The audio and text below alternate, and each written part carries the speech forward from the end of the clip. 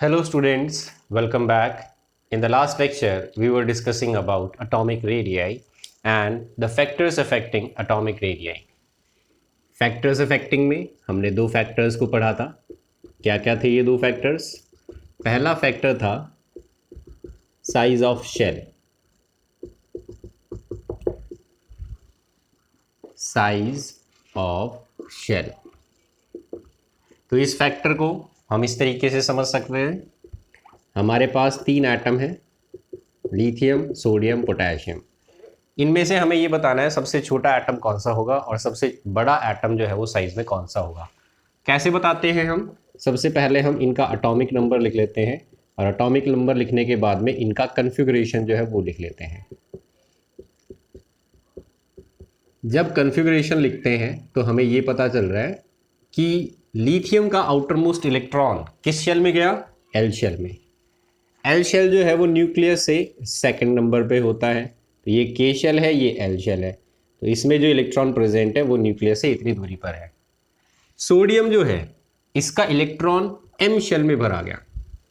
तो ये साइज तो आ गई लिथियम की.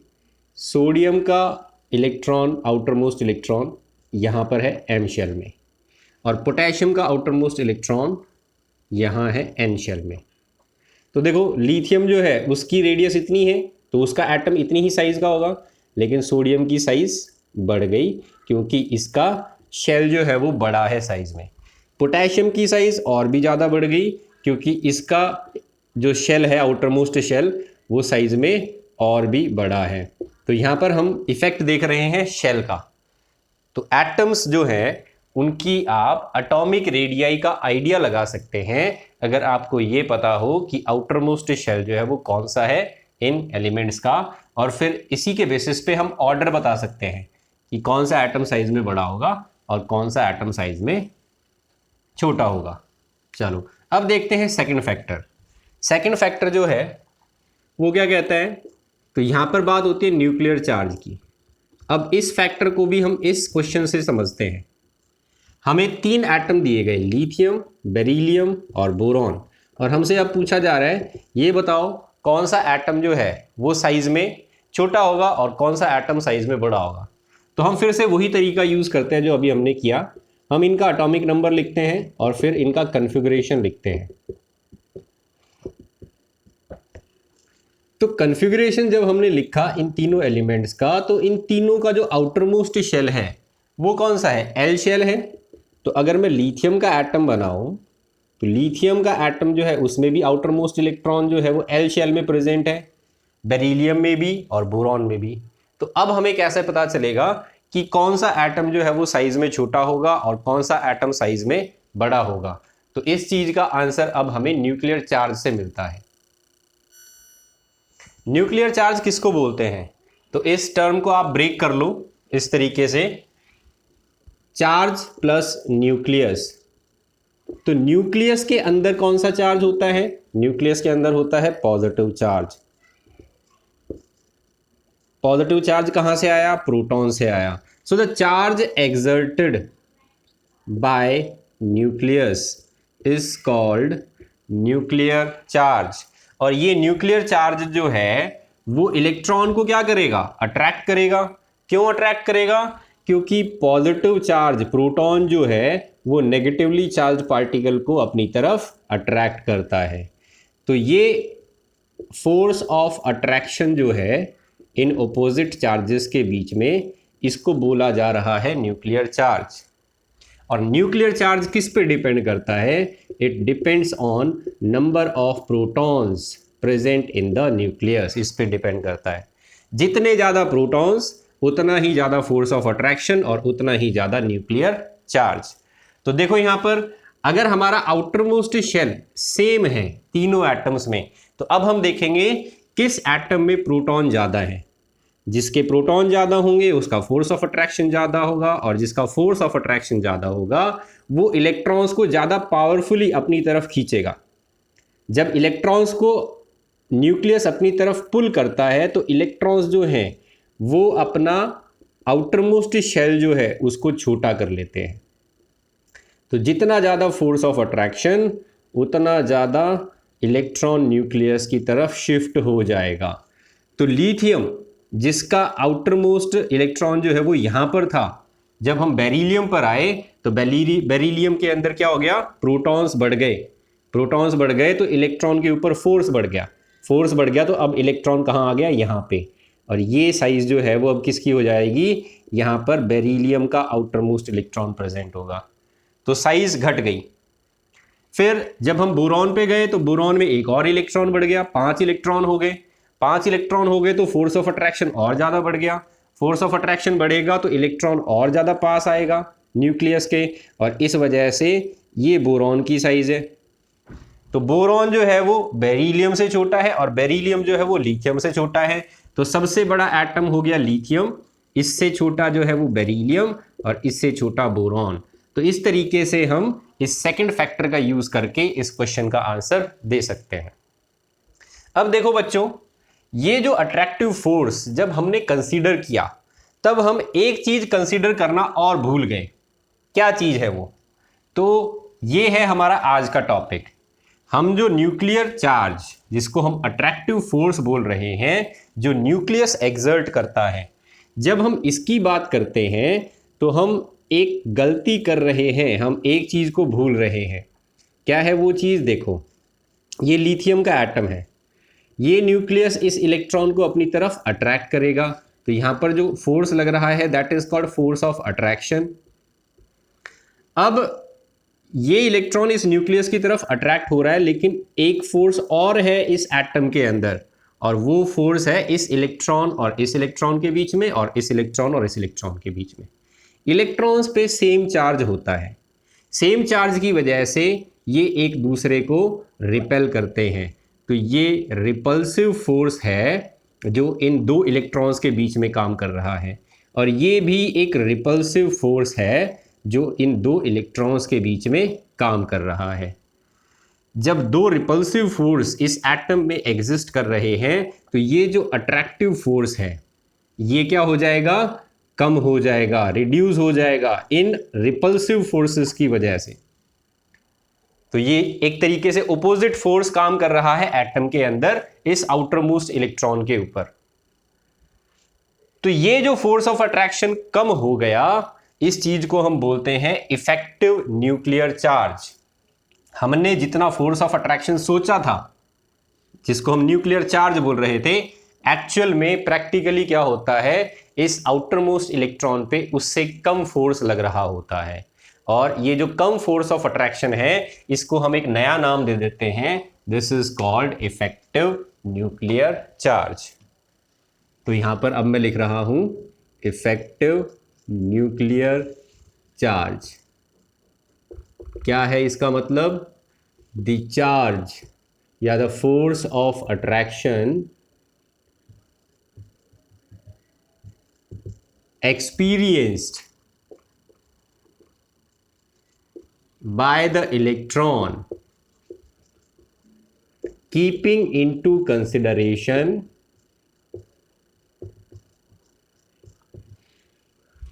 the repulsive force of the inner electrons is called effective nuclear charge. तो ये है इसका मतलब। हम जितना फोर्स ऑफ अट्रैक्शन सोच रहे थे, एक्चुअल में फोर्स ऑफ अट्रैक्शन उससे कम लग रहा है इस आउटर मोस्ट इलेक्ट्रॉन के ऊपर, क्योंकि अंदर वाले इलेक्ट्रॉन्स जो है वो इसको क्या कर रहे हैं, रिपेल कर रहे हैं। और इस रिपल्शन को एक नाम दे दिया गया। ये जो रिपल्सिव फोर्स है, इसकी वजह से यहाँ पर एक इफेक्ट पढ़ा जाता है, that is called screening effect या फिर शील्डिंग इफेक्ट। क्या होता है स्क्रीनिंग इफेक्ट या फिर शील्डिंग इफेक्ट? तो देखो इसकी डेफिनेशन। ये जो अंदर वाले इलेक्ट्रॉन्स थे इस लिथियम के एटम में, ये अंदर वाले इलेक्ट्रॉन एक दीवार का काम कर रहे हैं, और इस अट्रैक्टिव फोर्स को जो इस इलेक्ट्रॉन और इस न्यूक्लियस के बीच में काम कर रहा था, इस फोर्स को घटाने की कोशिश कर रहे हैं। तो ये एक शील्ड का काम कर रही है या फिर कह लो एक स्क्रीन का काम कर रही है। ये जो इलेक्ट्रॉन्स का जो रिपल्सिव फोर्स है ये एक शील्ड, दीवार या दरार जो है उसका काम कर रहा है इस न्यूक्लियस और इस इलेक्ट्रॉन के बीच में। तो इस इफेक्ट को इसीलिए बोला जाता है स्क्रीनिंग इफेक्ट। तो स्क्रीनिंग इफेक्ट जो है इसकी डेफिनेशन क्या हो जाएगी? तो इसकी डेफिनेशन हम इस तरीके से लिखे दें, the electrons present in the inner shells of an atom exert a repulsive force on the outer electron and reduces the nuclear charge. This effect is called screening effect. तो ये हो गई स्क्रीनिंग इफेक्ट की definition. ये question जो है वो 1 marks question में पूछ लिया जाता है, व्हाट इज स्क्रीनिंग इफेक्ट या व्हाट इज शील्डिंग इफेक्ट। तो अंदर वाले इलेक्ट्रॉन्स बाहर वाले इलेक्ट्रॉन और न्यूक्लियस के बीच में एक स्क्रीन या एक दीवार का काम करते हैं और न्यूक्लियर चार्ज जो है उसको घटा देते हैं। तो ये जो इफेक्ट होता है this is called screening effect. अब देखो बच्चों, ये जो इफेक्टिव न्यूक्लियर चार्ज है इसको हम क्वांटिटेटिवली इस तरीके से लिख सकते हैं कि भाई इफेक्टिव न्यूक्लियर चार्ज कितना है, Z माइनस सिग्मा। इस इक्वेशन का यूज करके हम कैलकुलेट कर सकते हैं Z इफेक्टिव। तो इस इक्वेशन में Z effective is effective nuclear charge, मतलब एक्चुअल में कितना फोर्स ऑफ अट्रैक्शन काम कर रहा है, और Z क्या है, न्यूक्लियर चार्ज, मतलब स्टार्टिंग में हम कितना लेके चले थे। हमने क्या सोचा था जब हमने इस रिपल्सिव फोर्स को माना ही नहीं था, उस टाइम पर हमने न्यूक्लियर चार्ज माना था, लेकिन एक्चुअल में न्यूक्लियर चार्ज कम काम कर रहा था, तो इसको हमने इफेक्टिव न्यूक्लियर चार्ज बोला। और सिग्मा क्या रहेगा यहाँ पर, स्क्रीनिंग कांस्टेंट। तो स्क्रीनिंग कांस्टेंट कब आया, जब आपने रिपल्सिव फोर्स को कंसीडर कर लिया। तो न्यूक्लियर चार्ज में से स्क्रीनिंग कांस्टेंट घटा दो तो इफेक्टिव न्यूक्लियर चार्ज आ जाता है। तो फोर्स ऑफ अट्रैक्शन में से रिपल्सिव फोर्स कितना है वो घटा दो तो इफेक्टिव जो फोर्स ऑफ अट्रैक्शन है या इफेक्टिव न्यूक्लियर चार्ज है वो आ जाएगा। तो इस इक्वेशन का यूज करके हम इफेक्टिव न्यूक्लियर चार्ज निकाल सकते हैं कि किस इलेक्ट्रॉन पे कितना फोर्स ऑफ अट्रैक्शन काम कर रहा है। अब देखो यहां पर Z जो है इसकी वैल्यू तो नंबर ऑफ प्रोटॉन्स पे डिपेंड करती है। अगर किसी एलिमेंट का एटॉमिक नंबर 3 है तो उसके Z की वैल्यू 3 हो जाएगी, क्योंकि हम एक प्रोटॉन पे एक पॉजिटिव चार्ज मानते हैं। तो 3 प्रोटॉन्स है तो 3 पॉजिटिव चार्ज हो गया, मतलब इफेक्टिव न्यूक्लियर चार्ज इज 3। तो Z जो है उसको तो निकालना ईजी है, सीधा एटॉमिक नंबर लिख दो वो Z की वैल्यू हो जाती है। लेकिन ये जो स्क्रीनिंग कांस्टेंट है, ये स्क्रीनिंग कांस्टेंट आता है अंदर वाले इलेक्ट्रॉन से, जो उस बाहर वाले इलेक्ट्रॉन के अंदर वाले शेल्स में प्रेजेंट है। तो हर एक electron, every electron screen the outer electron and contribute a definite amount। तो भाई अंदर वाले जितने भी इलेक्ट्रॉन्स हैं वो बाहर जो इलेक्ट्रॉन प्रेजेंट था उसको क्या करते हैं, स्क्रीन करते हैं, और हर एक इलेक्ट्रॉन एक डेफिनेट अमाउंट कंट्रीब्यूट करता है। उस अमाउंट को हम यहां पर सिग्मा स्क्रीनिंग कांस्टेंट से रिप्रेजेंट कर रहे हैं। This definite contribution is represented with sigma. तो अब हमें इस सिग्मा जो है इसकी वैल्यूज याद रखनी पड़ेंगी। तो ये सिग्मा जो है इसकी वैल्यूज फिक्स हैं, और ये वैल्यूज किस पे डिपेंड करती हैं, ये डिपेंड करती है इलेक्ट्रॉन के बीच में डिस्टेंस जो है उस पे। तो देखो यहां पर मान लो मेरे पास ये एक एटम है जिसमें ये 3 शेल प्रेजेंट है। मैं सोडियम का एग्जांपल ले लेता हूँ। ये सोडियम का एटॉमिक नंबर हो गया 11, कॉन्फ़िगरेशन हो गया 281। तो इसमें 8 इलेक्ट्रॉन्स जो हैं वो तो प्रेजेंट होंगे इस वाले शेल में। अब इस शेल के इलेक्ट्रॉन और इस इलेक्ट्रॉन के बीच का डिस्टेंस तो कम है, तो ये इलेक्ट्रॉन जो है वो इसको एक डेफिनेट अमाउंट से रिपेल करेंगे। लेकिन अगर मैं इन इलेक्ट्रॉन्स की बात करूं तो इन इलेक्ट्रॉन्स और इसके बीच का डिस्टेंस जो है वो ज़्यादा है, तो इनका कंट्रीब्यूशन जो रहेगा या इनके स्क्रीनिंग कांस्टेंट की वैल्यू रहेगी वो रहेगी इनसे अलग। तो इसकी वैल्यू कुछ और आएगी x, इसकी वैल्यू कुछ और आएगी y, क्योंकि डिस्टेंस जो है वो क्या है, अलग अलग है। हमें इस इलेक्ट्रॉन के ऊपर जो है वो इफेक्टिव न्यूक्लियर चार्ज कितना काम कर रहा है ये निकालना है, तो सभी इलेक्ट्रॉन्स अलग अलग कंट्रीब्यूशन करेंगे। अब देखो ये सिग्मा की वैल्यू जो है ये हम निकालते हैं इन पॉइंट्स का यूज करके।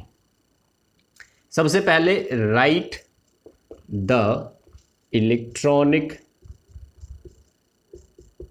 Configuration of element as follows. जो भी गिवन एलिमेंट है जिसके इलेक्ट्रॉन के ऊपर तुम्हें इफेक्टिव न्यूक्लियर चार्ज निकालना है उसका कॉन्फ़िगरेशन ऐसे लिखना पड़ेगा।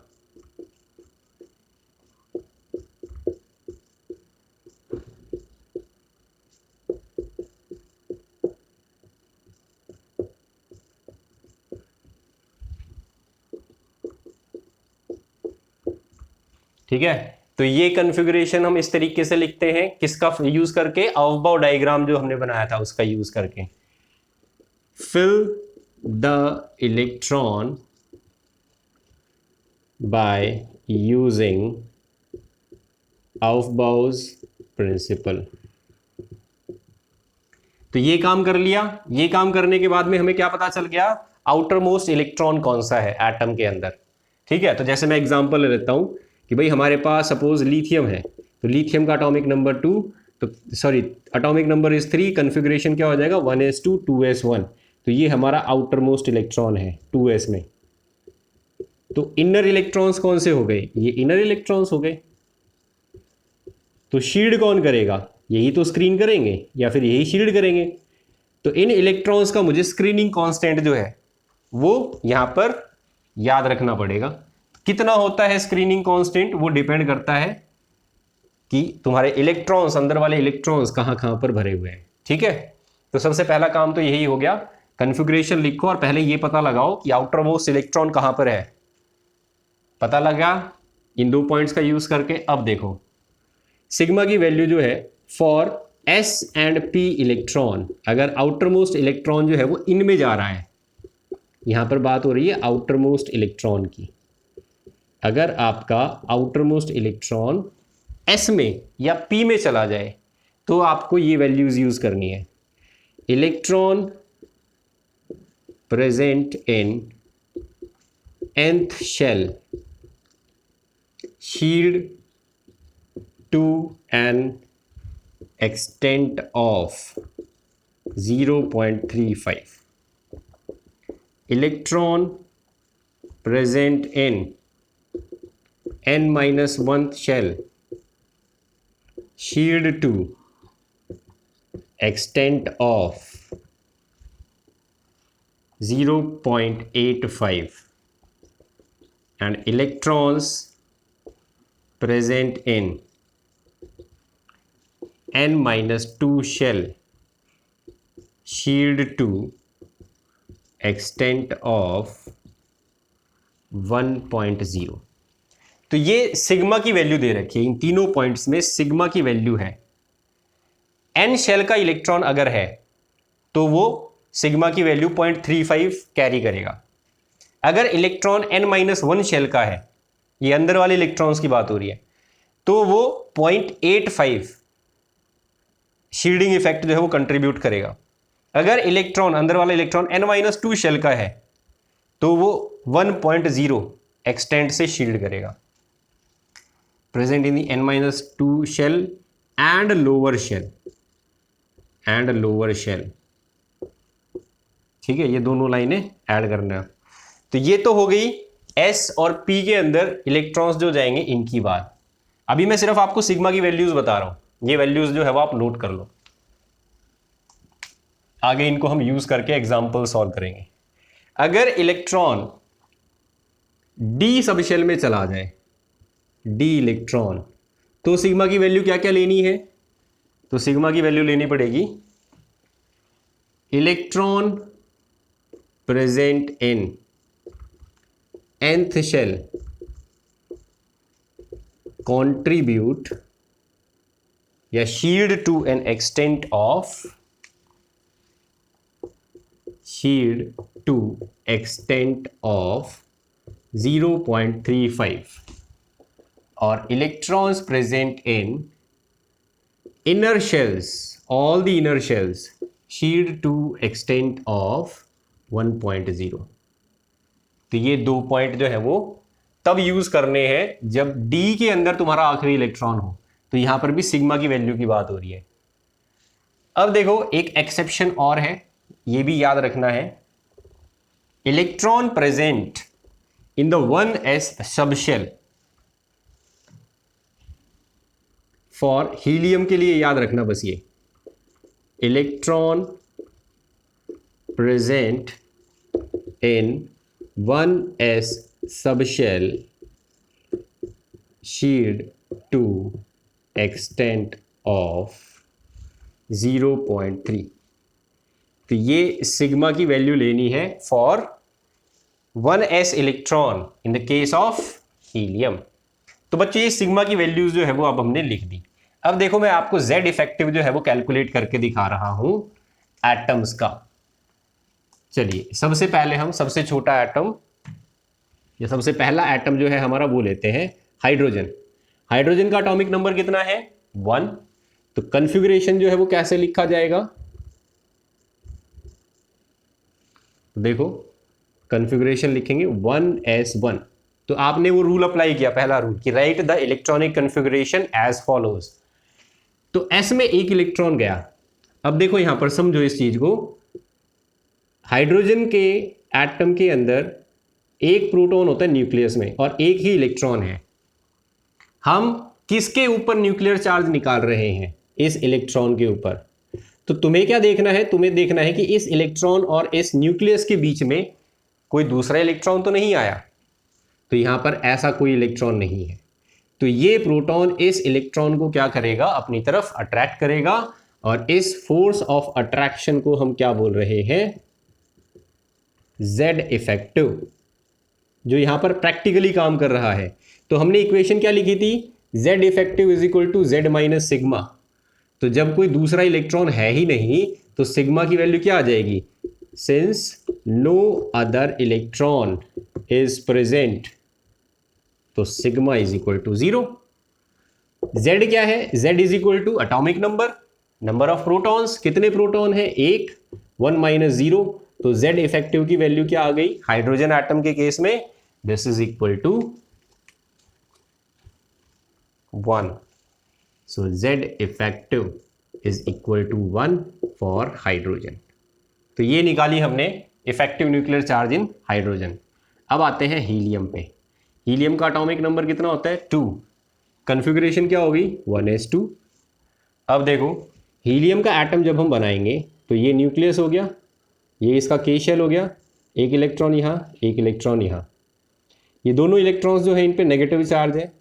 ये न्यूक्लियस जो है वो इसको क्या कर रहा है? अपनी तरफ अट्रैक्ट कर रहा है, लेकिन ये दोनों इलेक्ट्रॉन्स एक दूसरे को रिपेल भी तो कर रहे हैं।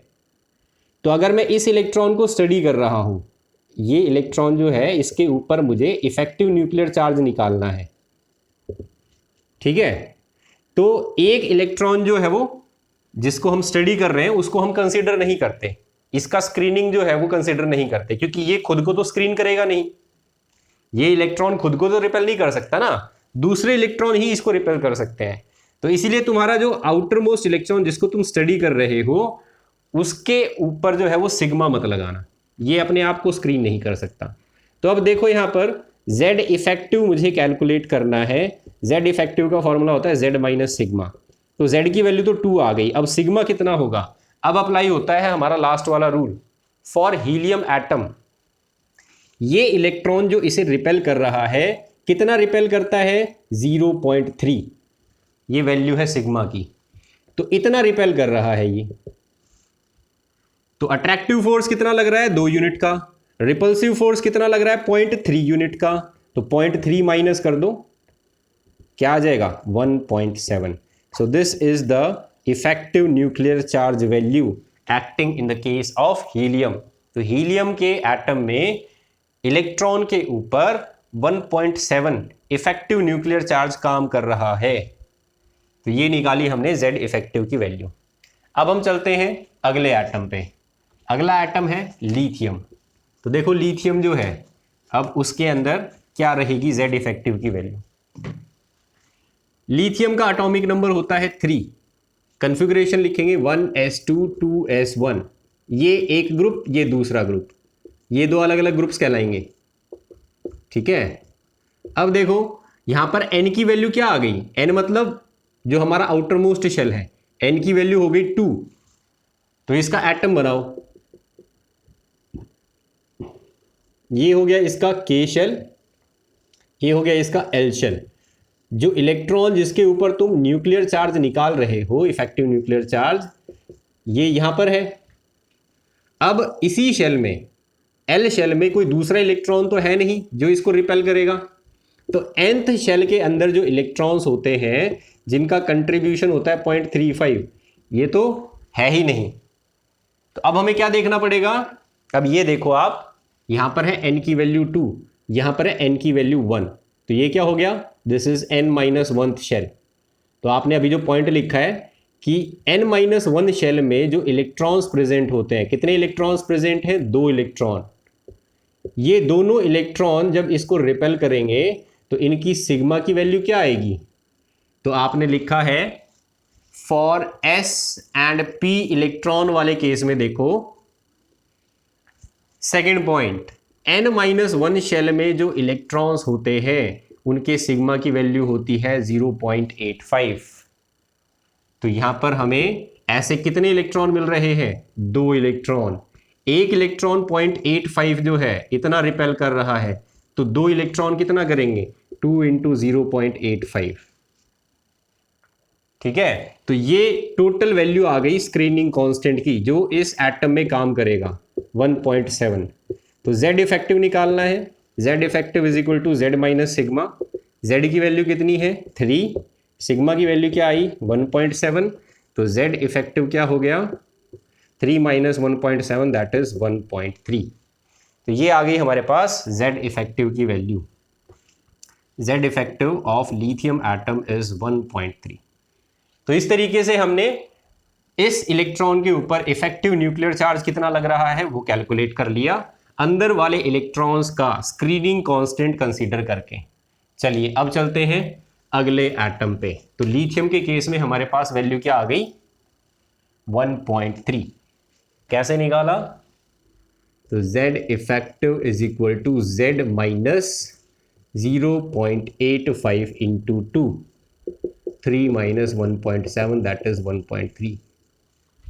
लिथियम के बाद आता है बेरिलियम का नंबर। एटॉमिक नंबर कितना हो गया? 4। कॉन्फ़िगरेशन लिखते हैं तो क्या लिखा जाएगा? 1s2 2s2।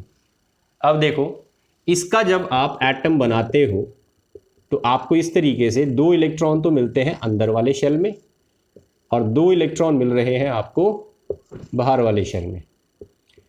मैं इस इलेक्ट्रॉन के ऊपर इफेक्टिव न्यूक्लियर चार्ज कितना लग रहा है ये कैलकुलेट कर रहा हूं, तो मुझे इसको छोड़ना पड़ेगा। अब देखो ये इलेक्ट्रॉन कौन से शेल में है? n = 2 जो हमारा आउटर मोस्ट शेल है। तो यहां पर nth शेल जो है इसमें एक इलेक्ट्रॉन तो ये है और दूसरा इलेक्ट्रॉन ये रहा, इस पे भी नेगेटिव चार्ज है तो ये भी इसको रिपेल करेगा।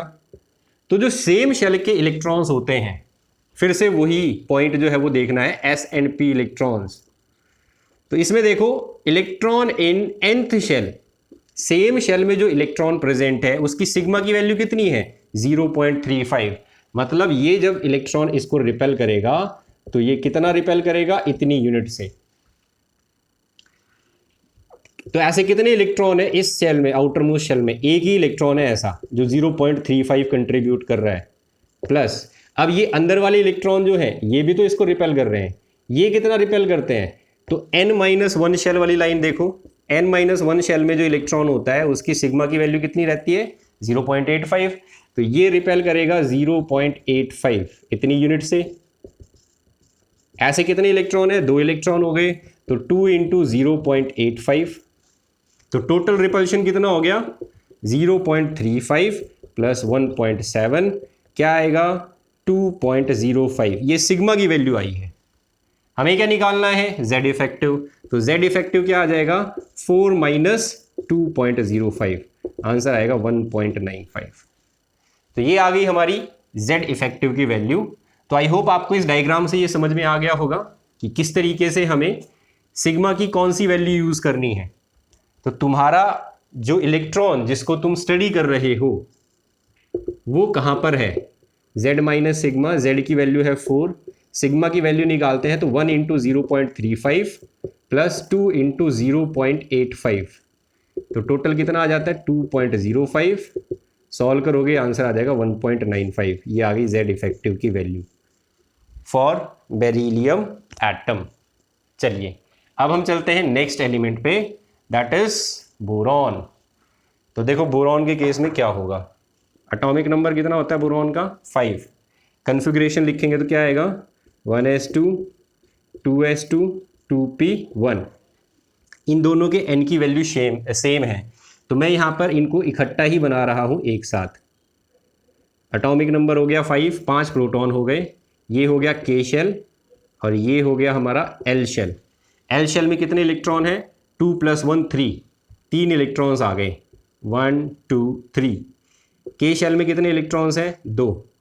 अब देखो इस इलेक्ट्रॉन को मैं स्टडी कर रहा हूं, तो इस इलेक्ट्रॉन को कितने इलेक्ट्रॉन्स रिपेल कर रहे हैं? 2 इलेक्ट्रॉन तो ये आ गए जो सेम शेल में प्रेजेंट है। सेम शेल वाला जो इलेक्ट्रॉन होता है वो कितना कंट्रीब्यूट करता है? nth शेल में जो इलेक्ट्रॉन होता है उसका कंट्रीब्यूशन होता है 0.35 रिपल्शन में, और n-1 शेल जो है उसमें जो इलेक्ट्रॉन होता है वो कितना करता है? वो करता है 0.85। तो देखो 2 इलेक्ट्रॉन्स जो हैं ये कंट्रीब्यूट कर रहे हैं 0.35 जो उसी शेल में थे, और ये जो इलेक्ट्रॉन्स हैं जो n-1 शेल के अंदर प्रेजेंट है, अंदर वाले शेल में, ये इसको जब रिपेल करेंगे तो इनका कंट्रीब्यूशन कितना आएगा? हर एक इलेक्ट्रॉन का 0.85। तो टोटल रिपल्शन कितना हुआ? मतलब टोटल स्क्रीनिंग कांस्टेंट कितना हो गया? तो इसको हम ऐसे लिखेंगे, Z effective is equal to 5 minus 2 electron तो है सेम शेल में, 2 इलेक्ट्रॉन है अंदर वाले शेल में, तो 5 माइनस ये तो आ गया 0.7, ये आ गया 1.7, ऐड करोगे तो क्या आ जाएगा? 2.4। तो 5 माइनस 2.4 इज 2.6, तो Z इफेक्टिव जो है वो बढ़ गया। तो ये लिथियम, बेरिलियम और बोरॉन, इसके अंदर हमें Z इफेक्टिव जो है वो क्या हो रहा है? बढ़ता हुआ दिखाई दे रहा है। अब देखो नेक्स्ट एटम जो है कार्बन, उसको ले लेते हैं।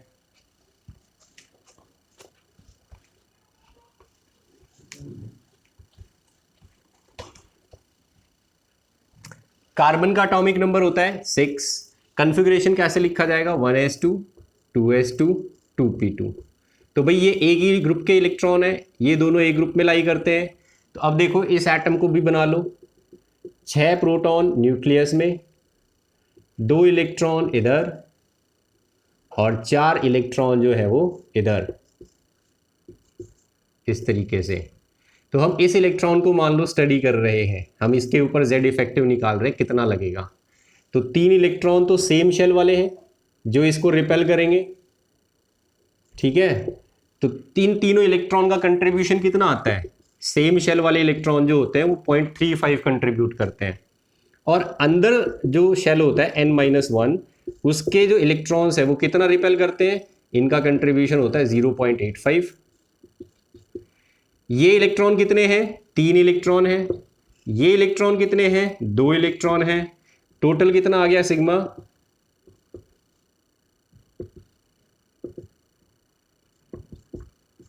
ऐड कर लो 2.75, ये सिग्मा की वैल्यू आ गई टोटल। Z इफेक्टिव जो है वो क्या आएगा? z माइनस सिग्मा, z की वैल्यू कितनी है 6 माइनस 2.75 क्या आ जाएगा 3.25। So this is the value of z effective in the case of carbon.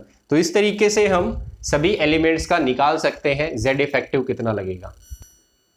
तो कार्बन के बाद नाइट्रोजन, फिर ऑक्सीजन, फिर फ्लोरीन, फिर नियॉन। तो इन सभी के अंदर जो है वो इसी तरीके से n वाला जो इलेक्ट्रॉन है उसका नंबर बढ़ता जाएगा, तो उसका स्क्रीनिंग कांस्टेंट में कंट्रीब्यूशन भी बढ़ता जाएगा। तो मान लो ऑक्सीजन जो है इसका एटॉमिक नंबर 8 है, मैं इसका और निकाल के दिखा देता हूँ 1s2 2s2 2p4। तो ये हो गया इसका कन्फिगरेशन। अब देखो इसके अंदर कितने इलेक्ट्रॉन्स हो गए 8 इलेक्ट्रॉन, 8 ही प्रोटॉन हो गए न्यूक्लियस के अंदर।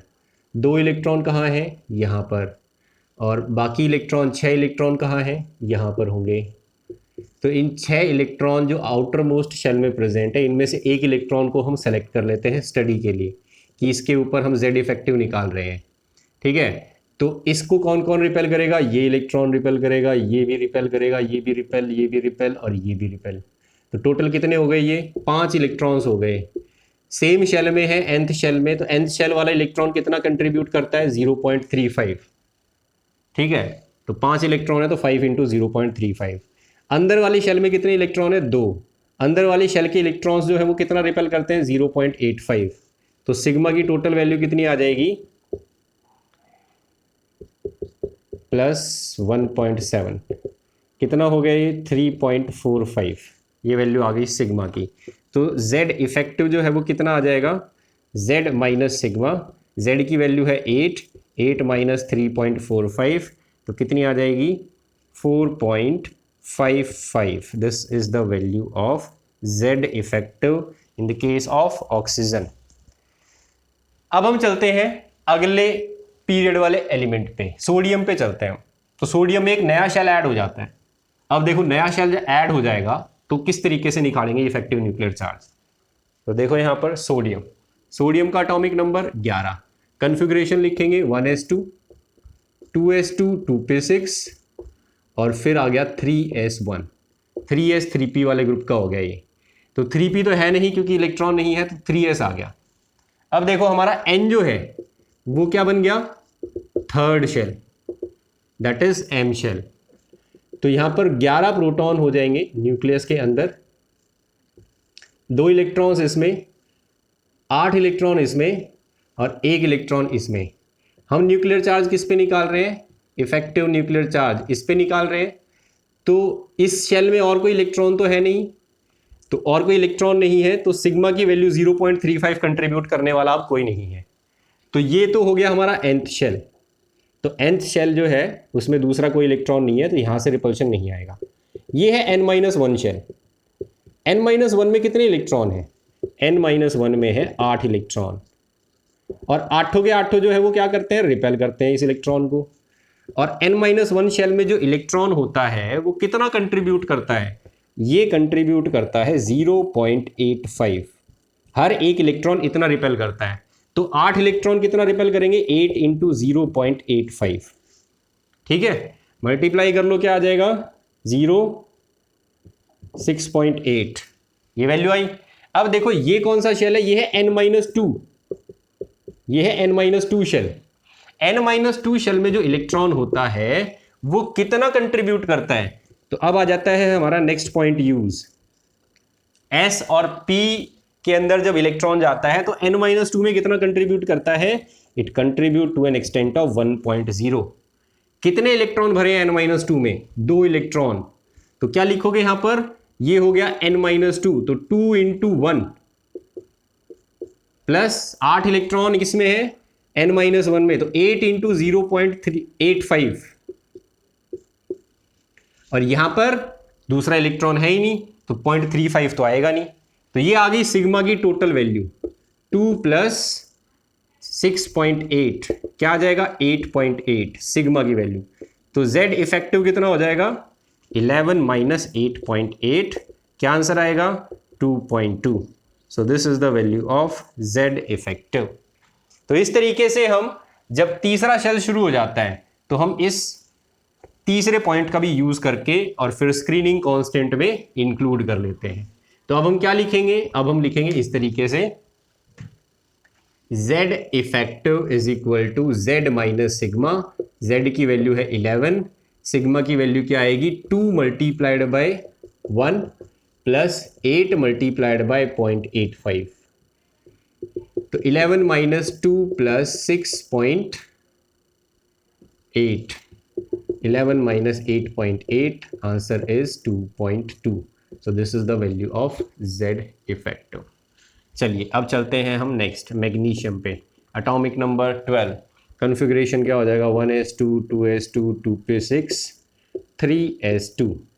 ये अलग ग्रुप, ये अलग ग्रुप, ये अलग ग्रुप में। तो अब देखो यहाँ पर 2 इलेक्ट्रॉन आ गए। ये हमारा nth शेल है, ये हमारा n-1th शेल है, और ये हमारा n-2nd शेल है। आखिरी इलेक्ट्रॉन किस में जा रहा है, s में। तो हम s वाले रूल लगाएंगे, s और p वाले। तो nth शेल के अंदर एक इलेक्ट्रॉन माइनस कर दो, 2 इलेक्ट्रॉन है तो हम एक इलेक्ट्रॉन को स्टडी कर रहे होंगे। तो जिसको स्टडी करते हैं उसका स्क्रीनिंग कांस्टेंट कुछ होता ही नहीं। तो एक इलेक्ट्रॉन आ गया अब इसमें, तो एक इलेक्ट्रॉन जो है वो कितना कंट्रीब्यूट करेगा, nth शेल का इलेक्ट्रॉन 0.35 कंट्रीब्यूट करता है। 8 इलेक्ट्रॉन n-1 में है, ये कितना करेंगे, ये 0.85।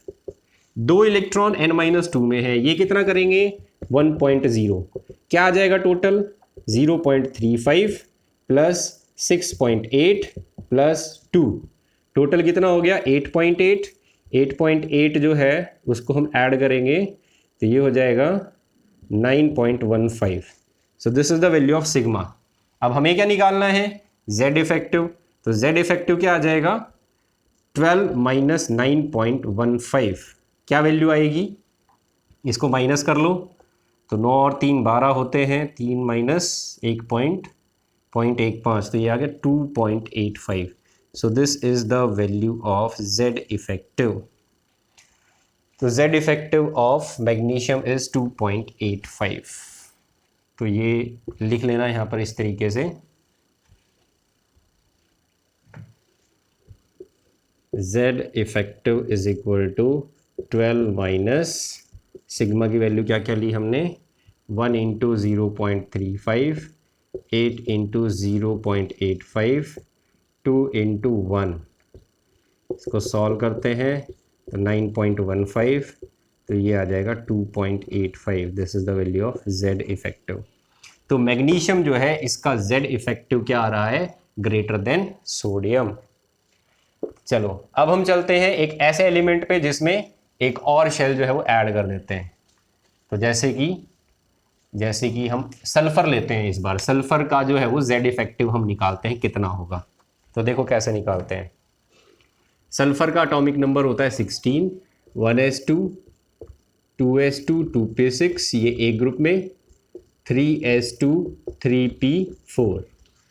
तो ये हो गया हमारा इलेक्ट्रॉनिक कन्फिग्रेशन। अब देखो ये हमारा nth शेल हो गया, ये हमारा n-1 शेल हो गया, ये हमारा n-2 शेल हो गया। आखिरी इलेक्ट्रॉन कहाँ जा रहा है, p में।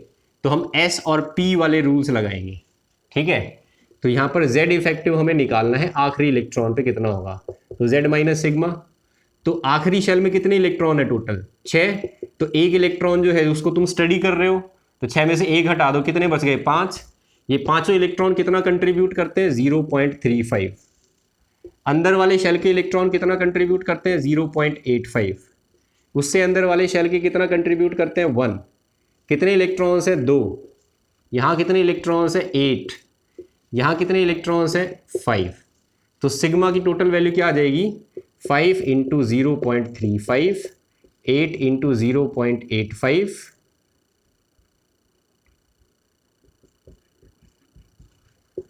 2 इंटू 1, क्या आ जाएगा 1.75, ये 6.8, ये 2, ये ऐड करोगे तो क्या आएगा 8.8 प्लस 1.75, तो 5 5 10, ये आ गई सिग्मा की वैल्यू। अब Z इफेक्टिव जो है वो कितना हो जाएगा Z माइनस सिग्मा। Z कितना है, सल्फर लिया है तो 16 माइनस 10.55, तो 6 माइनस 0.55 क्या हो जाएगा 5.45। This is the value of Z effective for sulphur. तो इस तरीके से हम निकाल लेंगे Z इफेक्टिव की वैल्यू। ठीक है, तो ये हो गया सल्फर का केस। चलो अब हम चलते हैं और आगे एक शेल बढ़ा देते हैं।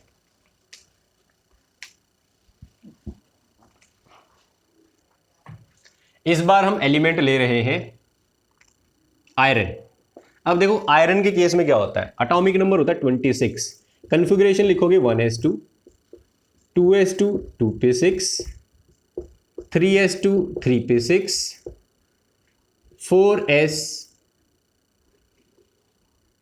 अच्छा इससे पहले 3d भी आएगा, 3d6 और 4s2 ये होता है।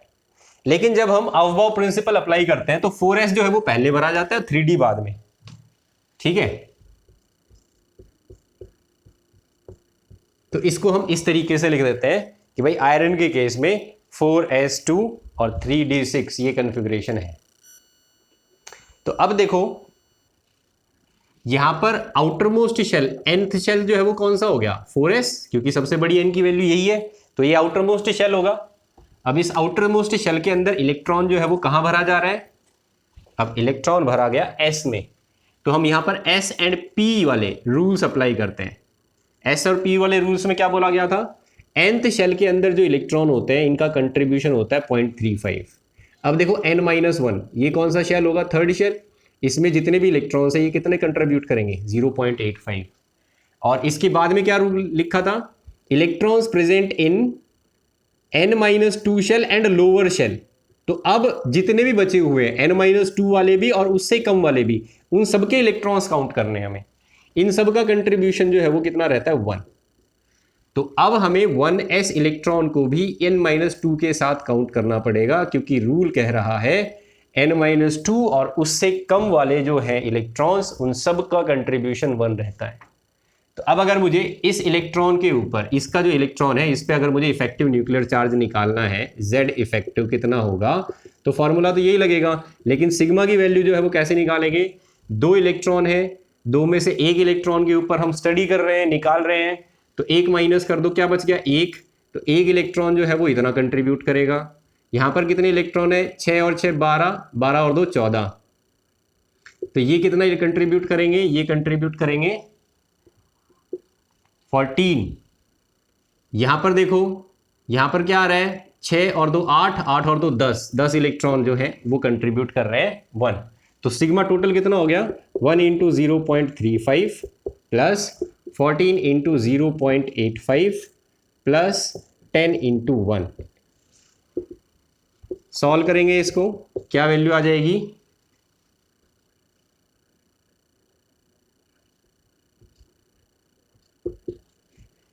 +10, तो 11 + 10 21.9, 21.9,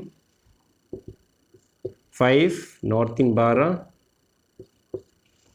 22.25, ये आ गई सिग्मा की वैल्यू।